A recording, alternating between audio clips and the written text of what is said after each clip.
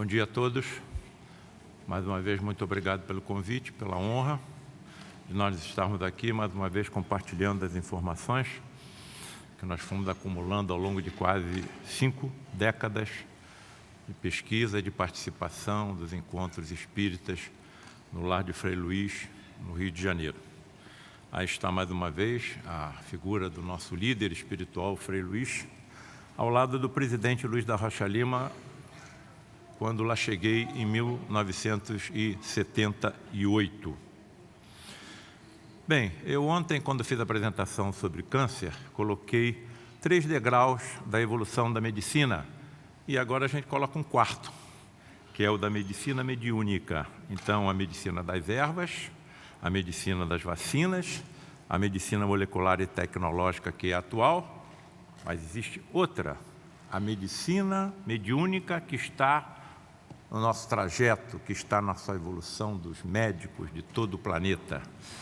A convicção que eu cheguei de que tem uma medicina nos aguardando, já somos médicos médiuns sem perceberem, porque não temos a mediunidade ostensiva, mas nenhum de nós está sozinho. Nenhum médico da Terra que honra a sua profissão jamais estará sozinho. Repito o que eu falei ontem, só sabemos cuidar do casulo, quem cuida da borboleta, o componente mais importante.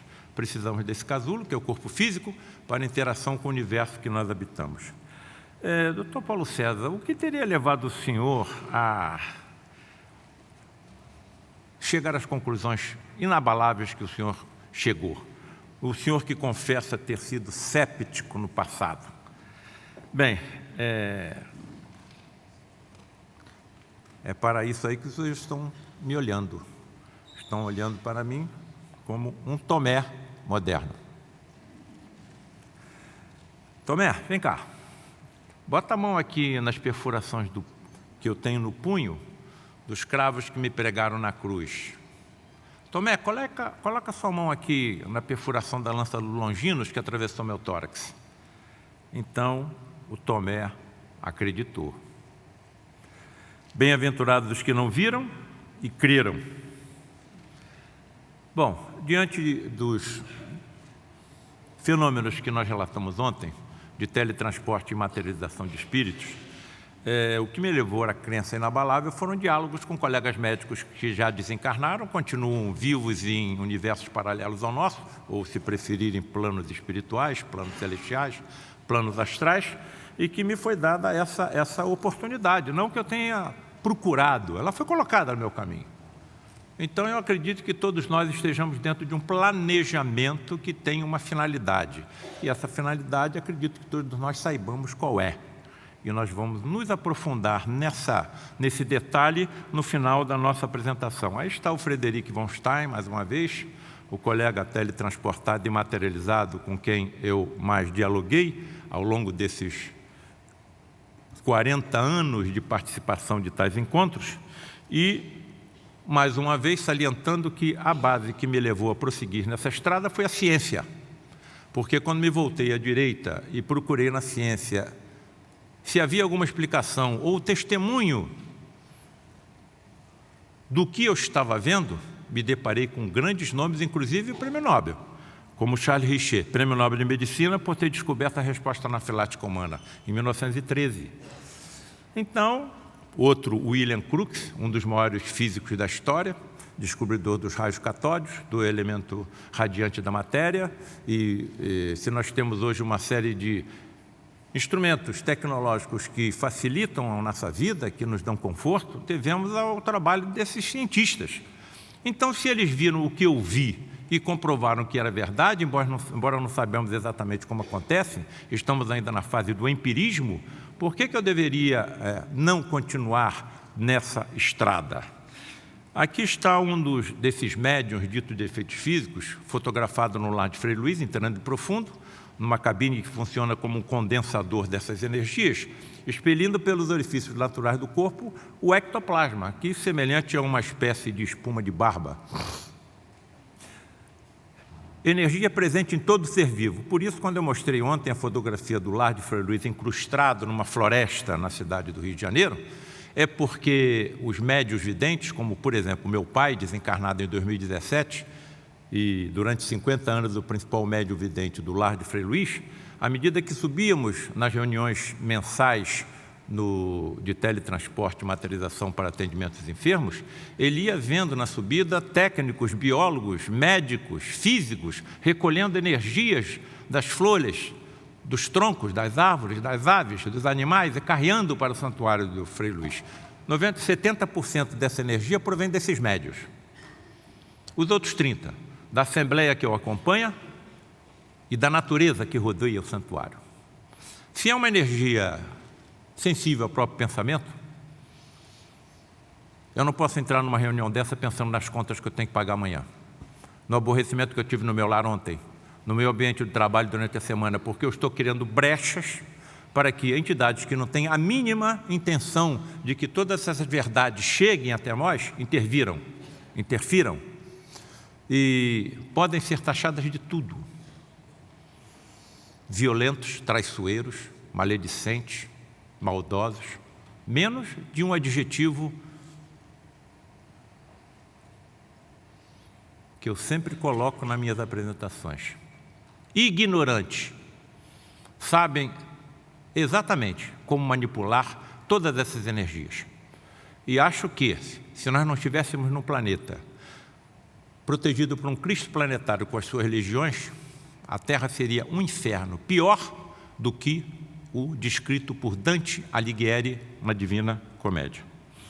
Aí está um desses médiuns, através de quem Frederic se teletransportava e se materializava, Gilberto Arruda, que no dia 19 de junho de 2015 teve a sua casa invadida, foi torturado e assassinado dentro do lar de Frei Luís. Geralmente esses médiuns extremamente raros, homens e mulheres, a história da humanidade, tem um desfecho aí meio violento, porque grandes dívidas no passado e a mediunidade de efeitos físicos lhe é outorgada para que rapidamente possam saldar todas essas dívidas. Bem, a Medicina Mediúnica do Futuro é um dos 8 livros que nós já escrevemos e me faz levar como base, mais uma vez, a imagem que também apresentamos ontem, o envoltório que leva à nossa formatação física. Não existe forma sem forma. Então, qual é a forma que formou os nossos corpos? O perispírito, já estudado, me parece, pela nossa ciência, com outro nome, campos morfogenéticos. Então, o óvulo da minha mãe se uniu com o espermatozoide do meu pai, deu 2, 4, 8, 16, 32 células, formando uma constituição chamada mórula, de células absolutamente iguais em tudo, e num determinado momento, uma dessas células se transforma no hepatócito, outra no osteoblasto, outra no neurônio, outra numa célula da pele, outra na célula do estômago, outra do pulmão. O que estaria levando a essa diferenciação exata de células absolutamente iguais em tudo? A epigenética é insuficiente para explicar tamanha detalhação na formatação de um corpo como o nosso e também dos animais. Então é isso que leva à forma dos nossos corpos. E aí?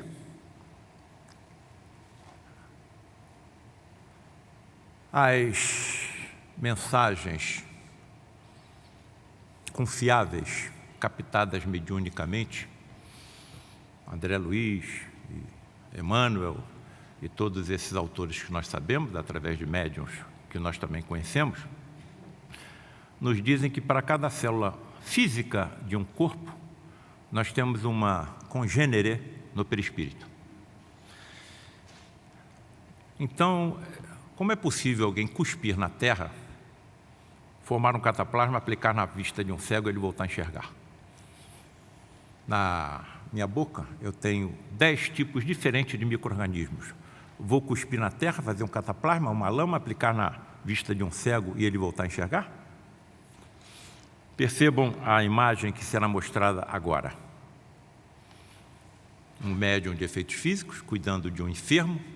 A imagem está um pouco embaçada porque a fotografia foi feita na penumbra, lembrando que os fótons da luz artificial e material também afetam o ectoplasma, que ele é biossensível, mas nitidamente, nós estamos vendo fluir pela boca do médium e pelo nariz alguma substância esbranquiçada. Ali está novamente o ectoplasma. E se isso tivesse acontecido há 2000 anos, o que é que eu pensaria? E se eu tivesse conhecimento científico que me permitisse transportar células do perispírito de um cego para o seu corpo físico, evidentemente dos seus olhos, eu acho que eu ia conseguir fazê-lo voltar a enxergar. Energia não me falta, porque eu tenho tremendas energias físicas e extrafísicas. O problema está a inteligência e talvez a genética que me permita manipular tamanhas quantidades de energia. Ninguém pode curar um leproso sem conhecer a existência de um bacilo chamado o bacilo de Hansen, causador da hanseníase ou lepra. Ninguém pode fazer um paralítico andar sem conhecer toda a estrutura óssea, muscular e nervosa do corpo humano. Ninguém pode fazer um cego enxergar sem conhecer toda a estrutura do globo ocular, uma das mais complexas estruturas conhecidas pela biologia. Se há 2000 anos ninguém sabia disso, onde foi que Jesus aprendeu? Mas que aprendeu, aprendeu. E eu também vou aprender, eu sou imortal. Como é que vai estar o meu conhecimento daqui a 1 bilhão de anos? Acumulando cada vez mais conhecimento, tecnologia e insistindo. Sabedoria e amor. Então, estamos no caminho, que é o que eu acho que vai acontecer com os médiuns do futuro. Claro que eu vou desencarnar, claro que eu vou reencarnar. Quero ser médico de novo, vou fazer prova e vou entrar para uma faculdade de medicina. Vou. Acho que quando eu entrar nas escolas de medicina do futuro, a primeira coisa que farão comigo vai ser recolher células da minha mucosa bucal e fazer um escrutínio detalhado do meu ADN, na verificação da minha genética. A mediunidade não está na genética, mas, evidentemente, isso está colocado também por Allan Kardec, existe algumas estruturas físicas nos corpos dos médiuns que se diferencia do nosso, para que possam ver o que nós não vemos, ouvir o que nós não ouvimos, sentir o que nós não sentimos, e assim por diante. O que é um médium? De acordo com o livro dos médiuns, todo aquele que sente em qualquer grau a influência dos espíritos é, por esse fato, médium. E essa faculdade é inerente ao homem, não constituindo, portanto, um privilégio exclusivo. Mediunidade não é doença. Mediunidade é uma coisa natural. Segundo algumas informações, estaria presente em aproximadamente 7% dos humanos. Aí está a referência bibliográfica, Experiências Psíquicas Atrás da Cortina de Ferro, um livro elaborado por pesquisas feitas em países descrentes na ocasião. Experiências Psíquicas Atrás da Cortina de Ferro. Há uma mensagem captada por Divaldo Pereira Franco, que diz que 4 grandes vertentes de espíritos evoluídos estão aportando à Terra como encarnados. Primeira vertente, espíritos altamente evoluídos no ramo da justiça, como precisamos disso. Segunda vertente, espíritos altamente evoluídos no ramo das artes. Nós estamos vendo no Google crianças com 3, com 4, com 5 anos executando sinfonias em piano, em violino e em outros instrumentos. O pé da criança nem alcança o pedal do instrumento. Aprenderam aonde? Na barriga da mãe? Terceira vertente, espíritos altamente evoluídos no ramo da engenharia que trarão soluções para uma série de problemas que enfrentamos, não somente para os mais ricos, mas sim para toda a humanidade. E a quarta, que eu considero a mais importante, espíritos com grande evolução nos sentidos mediúnicos. Se somos hoje 7% de médiuns, como estará a humanidade quando formos 20% de médiuns, 30%, 40%, 50%? Os cientistas vão ter que se voltar para o assunto, porque os seus próprios filhos serão médiuns. Como tocado já aqui, a mediunidade estaria relacionada com a pineal, considerada pelos antigos egípcios o olho de Horus, ou seja, um dos pontos talvez mais importantes da ligação entre corpo e alma, e que vem sendo avaliado por nós e pelas informações também mediúnicas.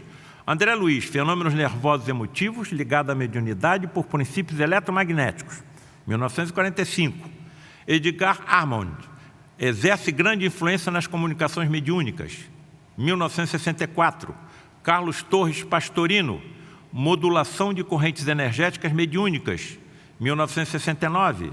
Francisco Cajazeiras e Nubor Farquhar, associação do transe mediúnico com a secreção da melatonina, o hormônio do sono. Provavelmente os transes mediúnicos desses médiuns de efeitos físicos estejam relacionados com grande produção da melatonina. Por isso eles são transe de forma rápida.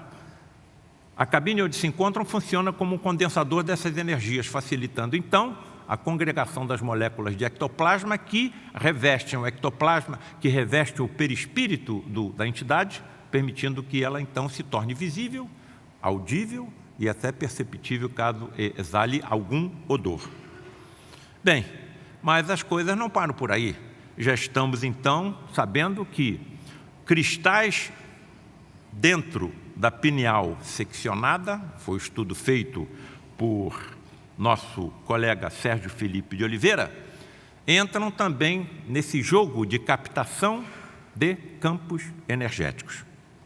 Através de pesquisas da glândula pineal com difração de raio-x e tomografia computadorizada, Sérgio Felipe relatou a presença dos cristais de apatita magnetizados, capazes de repelir e atrair campos de energia. Quanto maior o número de cristais, maior a capacidade de uma pessoa captar energias. E acredito que essas energias também englobem as energias mediúnicas. Pensamento é energia. Quem pensa emite energia.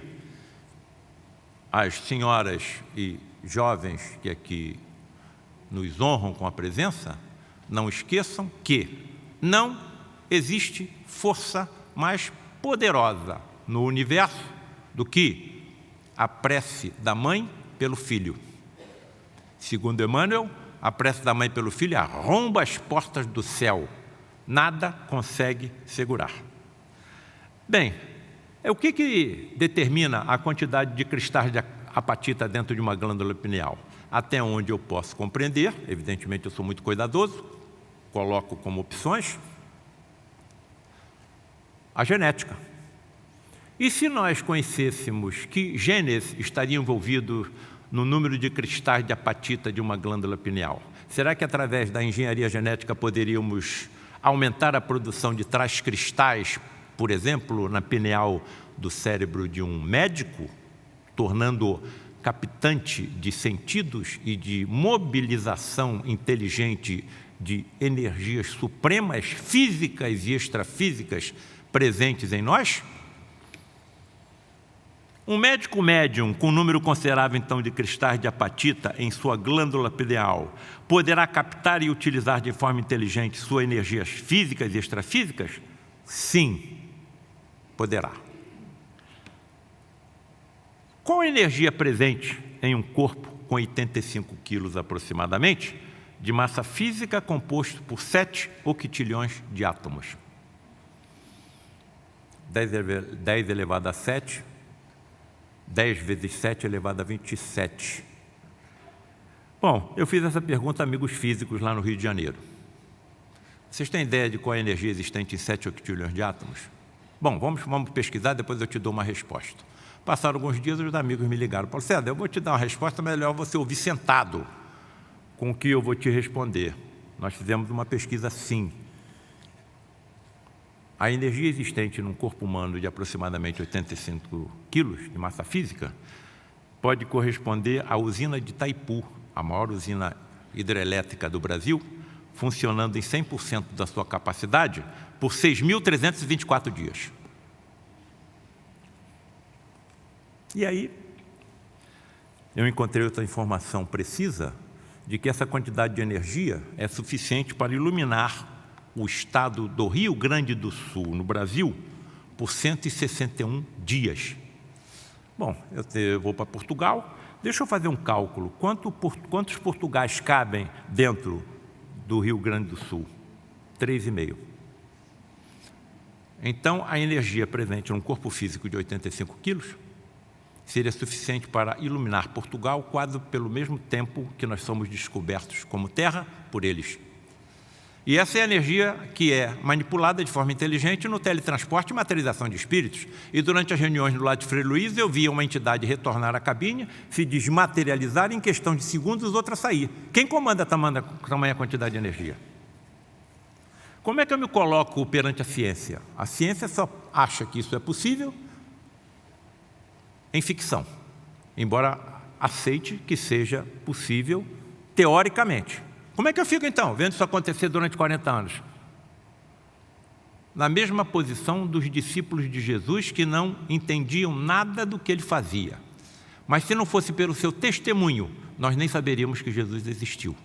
Estou colocando meus testemunhos há quase 10 anos em livros. Evidentemente, orientados a quem? Ofertados a quem? Enviados a quem? A todos os que se interessarem pelo assunto, principalmente os jovens, essas novas gerações que estão chegando, mais inteligentes do que eu, com o desenvolvimento da inteligência mais rápida pela internet, pelos videogames, e eu estou vendo isso acontecer como médico cirurgião, com que rapidez os meus residentes de cirurgia captam os ensinamentos que nós lhes passamos e principalmente a manipulação dos procedimentos cirúrgicos, incluindo a cirurgia robótica. Em pouco tempo, seremos capazes de operar um paciente no Japão, controlando o robô do Brasil. É impressionante a velocidade. A primeira cirurgia videolaparoscópica que eu fiz, estava na França, ou chegando da França, onde eu aprendi, eu demorei 5 horas para fazer. Os meus residentes fazem a mesma cirurgia que eu demorei durante 5 horas, em 20, 25, 30 minutos. Tamanha é a capacidade de desenvolvimento dos ensinamentos que captam, das informações que recebem. Então, eu acho que aí estaria a explicação para uma imagem que está um pouco embaçada, me perdoe, das palavras de Jesus: aquele que crê em mim fará as mesmas obras que eu faço e outras maiores ainda. Ele acalmava o mar, ele acalmava a tempestade. Eu acho que se eu conseguisse comandar de forma inteligente a tremendas quantidades de energia que eu tenho, físicas e extrafísicas, eu conseguiria acalmar o mar, o vento, pelo menos em torno de onde eu estivesse. Então, as palavras dele são exatas. Nós todos somos deuses. Tudo está em latência em nossos corpos físicos e extrafísicos, evidentemente muito mais profundamente no espírito, pela nossa imortalidade.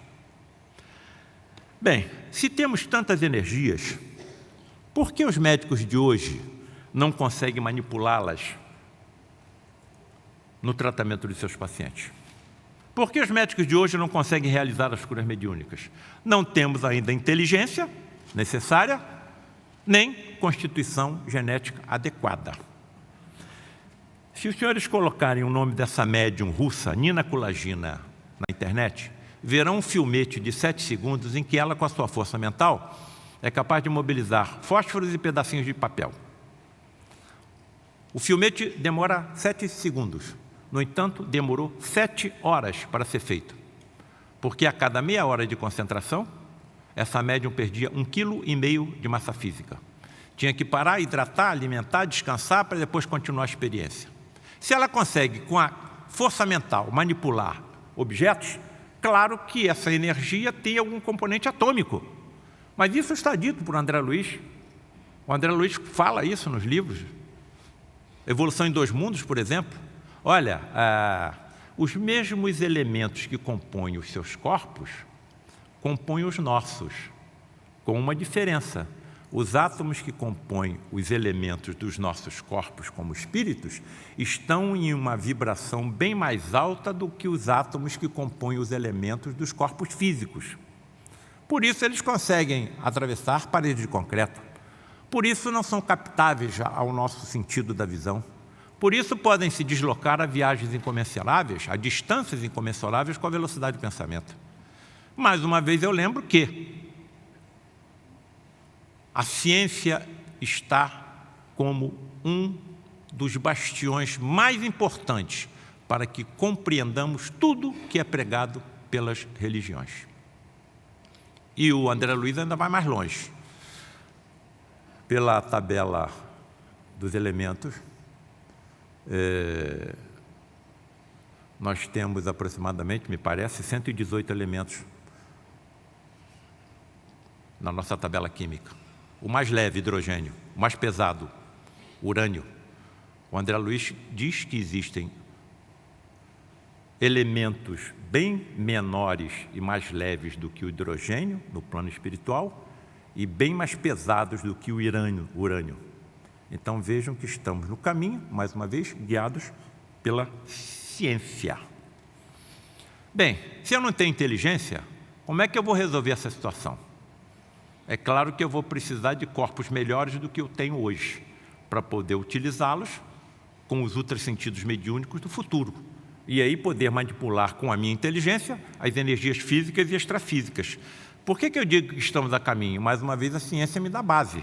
Vejam o trabalho dessa pesquisadora Catherine Pollard, que dedicou a sua vida ao estudo da genética da inteligência. Que genes, que segmentos do ADN poderiam estar relacionados com a inteligência? Bom, e para isso ela tinha que estudar uma região genômica denominada HAR1.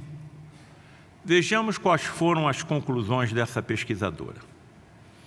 A região genômica denominada HAR1 é composta por 118 bases somente. Lembrando que a molécula de ADN é composta por 3 bilhões de bases. HAR1 permaneceu na evolução até o ser humano inalterada por 300 milhões de anos. E o trabalho dessa pesquisadora mostrou que, nos últimos 6 milhões de anos, HAR1 vem sofrendo mutações seguidas, aumentando assim a expansão da nossa inteligência. Pergunta: o que manteve alterada durante 300 milhões de anos HAR1, sem sofrer qualquer mutação?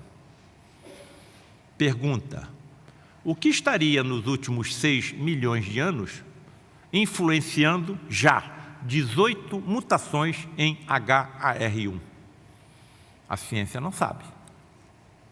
Nós sabemos. Estamos num planejamento. Estamos num governo espiritual, evidentemente comandado pelo nosso Cristo planetário Jesus. Outra informação que agora, como o acaso não existe, talvez seja um prolongamento da apresentação feita pelo Alberto, que me seguiu e que me deixou aqui estarrecido. Achei que eu não teria nem condições de subir aqui para falar o que eu tenho que falar, diante do que ele falou. E o Alberto não precisa de imagens, eu preciso. Anne d'Ambricourt Malassez, uma paleontóloga francesa, resolve estudar a evolução da nossa mandíbula, o único osso que se movimenta no nosso crânio. Então, começou a percorrer o mundo estudando os fósseis. Claro, para estudar a mandíbula, o maxilar inferior, ela tinha que pegar os crânios dos pré-humanos e virar de cabeça para baixo. Quando ela virou, ela viu uma outra alteração que ela não estava pensando em pesquisar. No osso esfenoide, o mais complexo osso do corpo humano. O primeiro que se forma na vida embrionária e sobre quem se assenta o nosso cérebro. O que essa pesquisadora percebeu nas suas pesquisas? Que, através das eras, o esfenoide sofria inclinações. E quando essa inclinação acontecia, aumentava a nossa calota craniana e, evidentemente, a nossa massa cerebral. Há 60 milhões de anos, o esfenoide era horizontal, como os lêmures da ilha de Madagascar. Primeira inclinação, 40 milhões de anos, surgiram os símios. Segunda inclinação, 20 milhões de anos, surgiram os grandes macacos. Terceira inclinação, 6 milhões de anos, e surgiu o Australopiteco, que deu origem ao gênero Homo. Há 2 milhões de anos surge o gênero Homo, e de acordo com a apresentação do Alberto, entre 160 e 500 mil anos, surgimos nós. Agora, Homo sapiens sapiens, ou seja, aqueles que sabem que sabem. Percebam que as inclinações estão se estreitando. 40, 20, 6, 2 milhões, 160, 500 mil anos. Cirurgiões maxilo-bucofaciais estão percebendo alterações nas calotas cranianas e principalmente nas arcadas dentárias de crianças americanas e japonesas, que estão prenunciando uma nova inclinação. Estaria isso de acordo com a transição planetária que nós estamos atravessando? Me parece que sim, porque aqueles espíritos que trarão as soluções que tanto precisamos, precisarão de corpos melhores do que os nossos, como, por exemplo, resistentes a uma série de doenças, como as infectocontagiosas, as alérgicas e o próprio câncer. Paulo César, você está colocando aí que, então, a expansão da inteligência está relacionada com o número de neurônios que também aumentam? Até onde as pesquisas de Anne Dambricourt-Malesser chegou? Sim. Mas com o tamanho de cérebro que eu tenho, eu só consigo entender o que acontece em 4% do universo. Qual vai ser o tamanho do meu cérebro para entender o que acontece em 30%, 40%, 50% do universo? Eu vou conseguir atravessar pela vagina da minha mãe quando eu for nascer? Além disso, a energia da eletricidade que corre pelos nossos neurônios aquecerá de forma brutal o nosso cérebro. Não teremos condições de sobreviver com um cérebro desse tamanho. Até onde eu entendo, depositando evidentemente a confiança no planejamento espiritual que nos comanda, não será o número de neurônios que aumentará a nossa inteligência, e sim a qualidade dos neurônios. O conjunto de sinapses dos dendritos que interligam neurônios uns com os outros. Aliás, conexões que chegam a trilhões. Então, claro, que eu deposito em quem? A confiança no Cristo planetário. Comanda nosso planeta há 4 bilhões e 500 milhões de anos. Bem, então, tudo é energia. Aliás, é o que está sendo dito desde que nós aqui aportamos. Todos os colegas que estão fazendo apresentações estão falando de energia, energia, energia. Me parece que a medicina mediúnica do futuro será a energia pura mentalmente direcionada. Sim, a mesma que o médico Jesus utilizou.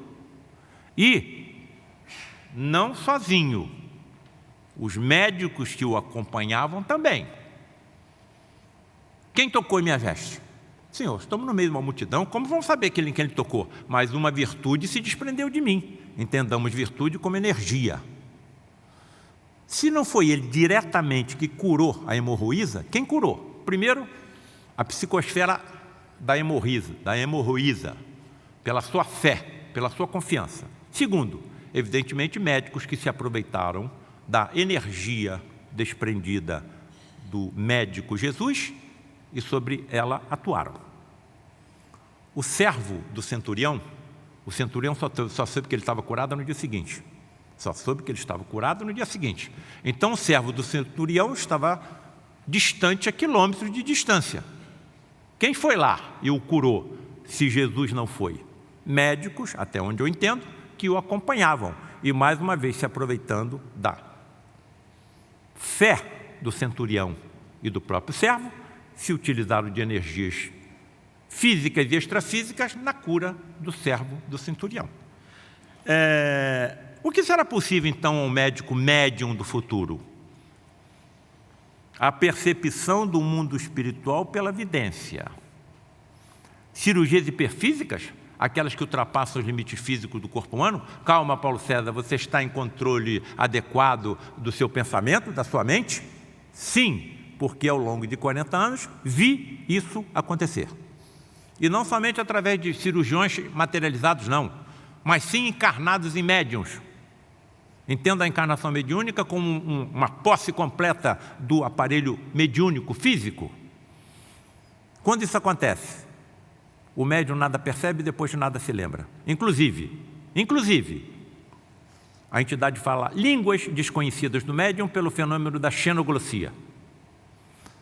Incursões intracorpóreas, a captação das orientações dos médicos espirituais pela intuição nítida e clara e audiência, a visão por transparência, a visão microscópica, a visão ultramicroscópica. Eu vi isso acontecer. Frederico, como é que você consegue ver o interior dos corpos dos pacientes que você cuida? Eu vejo os corpos como se pele eles não possuíssem. Então, ele tem visão por transparência de raio-x. Quantos diagnósticos eu, como cirurgião, não faria? Visão microscópica? Frederico, você é capaz de ver células? Sim, por isso eu distingo uma célula sã de uma cancerosa. Apresentam vibrações e colorações diferentes. Frederico, você é capaz de ver organelas intracelulares? Sim. Para que nós possamos ver organelas intracelulares, precisaríamos de um microscópio eletrônico com o aumento da imagem até em 500, 1000 vezes. Ele está dizendo que tem, pela visão natural dele, capacidade de ver uma organela intracelular. E, lembro, inclusive, encarnado no corpo do médium, que é semelhante ao nosso. Então, se o corpo do médium pode ser utilizado como um instrumento para visualização ultramicroscópica, por que nós, se tivéssemos sentidos mediúnicos, como médicos, não poderíamos também visualizá-los? Frederico, você é capaz de ver átomos e partículas subatômicas? Não, eu ainda não, mas espíritos mais evoluídos que eu sim.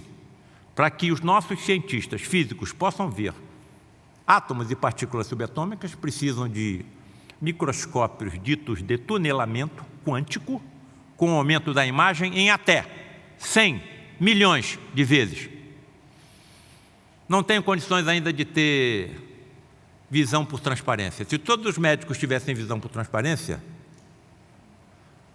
todas as empresas que fabricam os instrumentos que nós utilizamos no diagnóstico dos nossos pacientes fechariam as portas e nós causaríamos uma multidão de desempregados.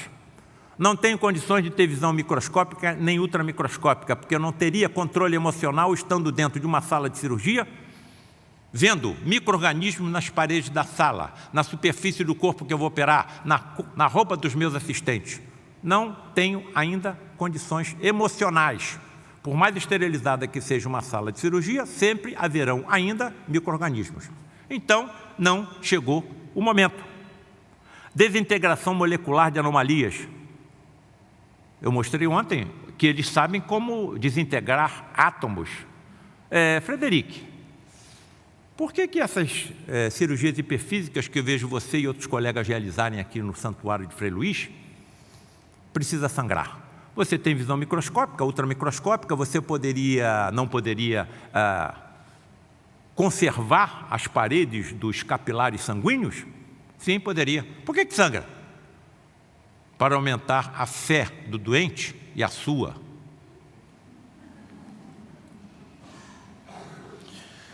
Materialização de prótese de ectoplasma que adquire as mesmas características orgânicas e sem rejeição. A percepção das causas kármicas das doenças e muito mais. Aqui está uma dessas cirurgias hiperfísicas com sangramento. Algumas delas eu mesmo puxei as peças cirúrgicas para fora e mandei examinar. Eu não tenho como mais voltar. Lembro que eu coloquei no início, os senhores estão olhando para um Tomé moderno. Não dá mais para voltar. É só questão agora de tempo. Isso tudo vai se concretizar. Não existe milagre, não existe sobrenatural. Existem leis físicas, químicas e biológicas que a nossa ciência não alcançou. Aliás, eu faço milagres, todo dia.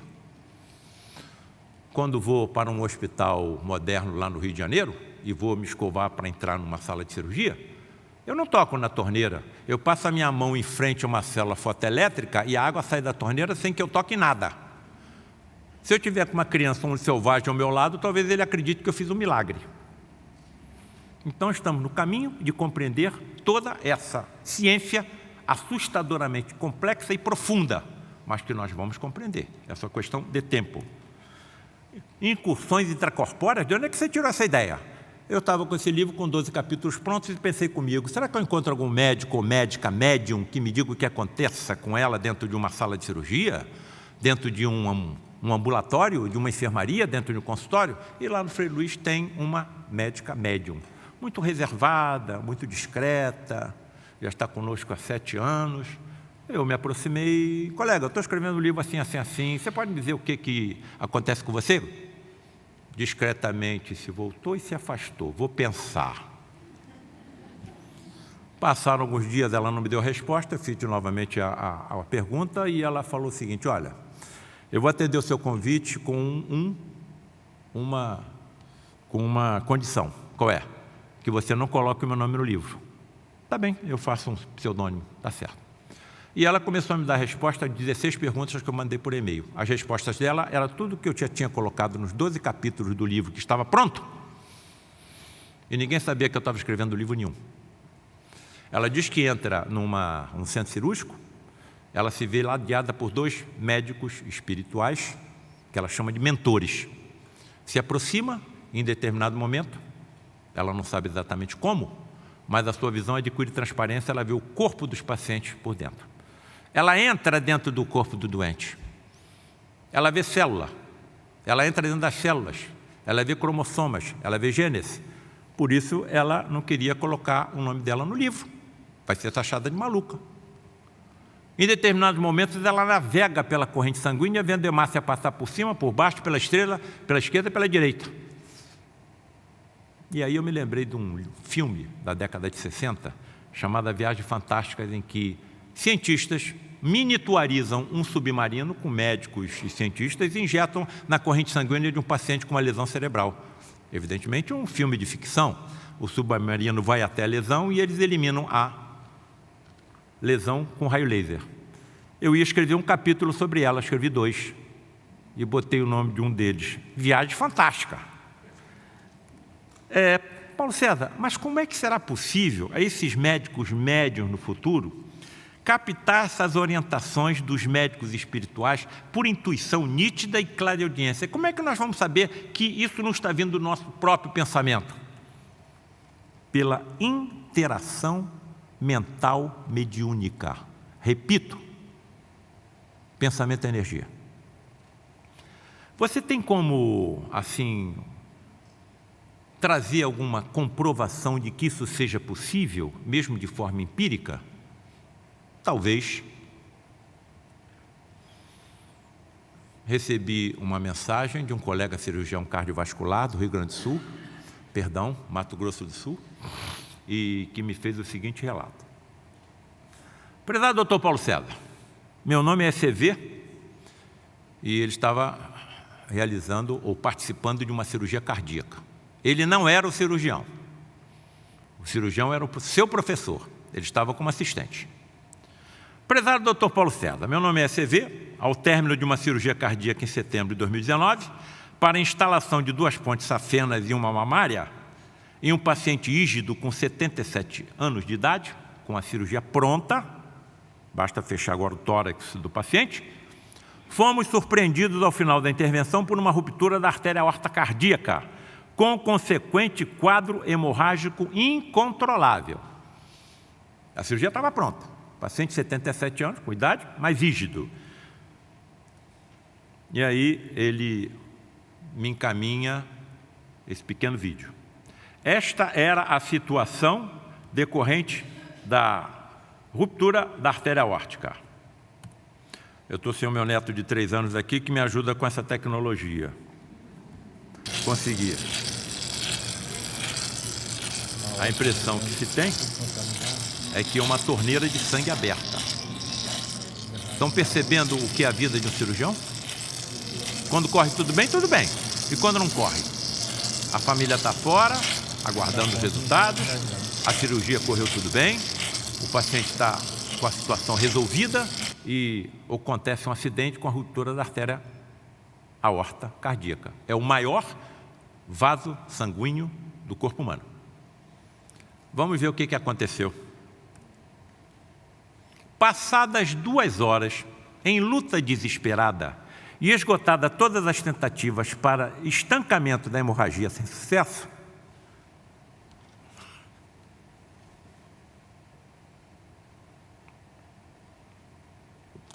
lembrei dos seus livros, onde o senhor diz que nós, médicos, nunca estamos sozinhos, que há sempre entidades superiores nos apoiando e nos guiando. Pedi então em pensamento que se existisse alguém ali me apoiando, que me fosse mostrada alguma solução para aquele caso aparentemente insolúvel. Imediatamente uma ideia surgiu em minha mente e foi adotada, não inicialmente. O professor rejeitou, já tinha considerado o caso perdido. Tudo que era possível ser feito foi feito, esse caso está perdido. Mas ele insistiu e o professor aceitou, finalmente, a sugestão. Tudo está detalhado, eu vou colocando resumidamente. Para a surpresa de todos, em menos de 2 minutos, eles estavam há 2 horas lutando contra a hemorragia. Em 2 minutos o sangramento foi sendo contido e o paciente salvo sem qualquer sequela. E aí? Meus amiguinhos portugueses, Albertinho, Decinho, Rosarinho, o que eu faço da minha vida? Eu continuo nessa estrada, eu pulo fora. Onde é que essa história vai nos levar? Não é me levar, é nos levar. Eu acho que nós somos pedra de um quebra-cabeça que está sendo montado. E a finalidade desse quebra-cabeça é salvar a humanidade. Todos nós estamos convictos de que somos imortais. Todos nós estamos convictos de que não é a primeira vez que aqui estamos, nem será a última. Fazemos parte de uma corrente religiosa, que é o espiritismo kardecista cristão. Como está o espiritismo kardecista cristão hoje no planeta Terra? Cristianismo, 2 bilhões e 200 milhões de adeptos. Islamismo, 1,6 bilhões de adeptos. Hinduísmo, 900 milhões. Religiões tradicionais chinesas, 400 milhões. Budismo, sikhismo, judaísmo. Quem está em último lugar? O espiritismo. Somos 13 milhões de adeptos, aproximadamente. Mas não somos os mais numerosos, no entanto, somos os que mais estudam. Somos os que mais estudam. E os exemplos estão aqui. Perceberam a profundidade das informações científicas associadas à corrente religiosa do espiritismo trazida por aqueles palestrantes que aqui estão? Somos os que mais estudam. Então, chegamos a uma fé raciocinada e lógica. E estamos sendo vistos como exemplos. O cristianismo, que está na liderança, tem 2000 anos. O espiritismo tem 165 anos. Como estará o espiritismo daqui a 2000 anos? Se nós vamos e voltamos, voltamos onde? Onde é que eu vou reencarnar? Na Ucrânia? Na Rússia? Na China? Eu vou reencarnar na Arábia Saudita? Na Coreia do Norte? No Afeganistão? O que acontecerá com esses servidores do Cristo planetário quando reencarnarem em tais países? Eu acho que eu serei perseguido, talvez seja envenenado, eu devo ser preso, devo ser torturado, devo ser afastado de tudo que eu queira fazer, mas isso já aconteceu no passado. Com quem? Com os primeiros cristãos. Foram lançados às feras, foram torturados, foram crucificados, foram queimados e o cristianismo está aí. Como estará, então, o espiritismo daqui a 2000 anos? Como nós somos imortais, nós vamos ver o que vai acontecer. Então, me parece que a solução está aqui, na aproximação entre as religiões e a ciência. Todos esses fomentadores de guerra, todos esses fabricantes de armamentos, corruptos, corruptores, traficantes, pedófilos, assassinos, todos Todos. Se vacinam contra tudo e vacinam seus filhos contra tudo. Por quê? Porque foi a ciência que comprovou a existência dos micro-organismos causadores dessas doenças. Nós estamos vendo os micro-organismos? Eles estão na nossa pele, nas nossas roupas, no ar que respiramos, nos alimentos que nós ingerimos. Foi a ciência que comprovou essa existência. E quando a ciência, por exemplo, a tecnologia médica, como nós mostramos ontem pela tomografia de emissão de pósitrons, se tornar tão sensível que detecte a existência do componente espiritual, transmissor da vida ao corpo físico, a separação dos dois componentes no momento natural da desencarnação. As religiões, me parece, que nos levaram até onde podiam. Não roubem, não prestem falso testemunho, não mintam, e de alguma forma me convenceram que eu continuarei vivo após o fenômeno natural da morte. Mas nada. Que espécie de corpo eu vou ter? Não sei. Eu necessitarei de algum alimento? Não sei. Onde é que eu vou morar? Não sei. Vou poder estudar e trabalhar? Não sei. Quem vai me sustentar? Não sei. Crianças que falecem em tenra idade continuam crescendo? Não sei. Idoso volta a rejuvenescer? Não sei. Cego volta a enxergar? Paralítico volta a andar? Não sabemos. Então, me parece que a única vertente que associa as correntes religiosas com a ciência e mais a filosofia é o espiritismo kardecista cristão. E nós somos pedras, então, desse quebra-cabeça que está sendo montado com a finalidade de salvar a humanidade. Muito obrigado pela gentileza, pela atenção, pelo carinho que tenho recebido aqui.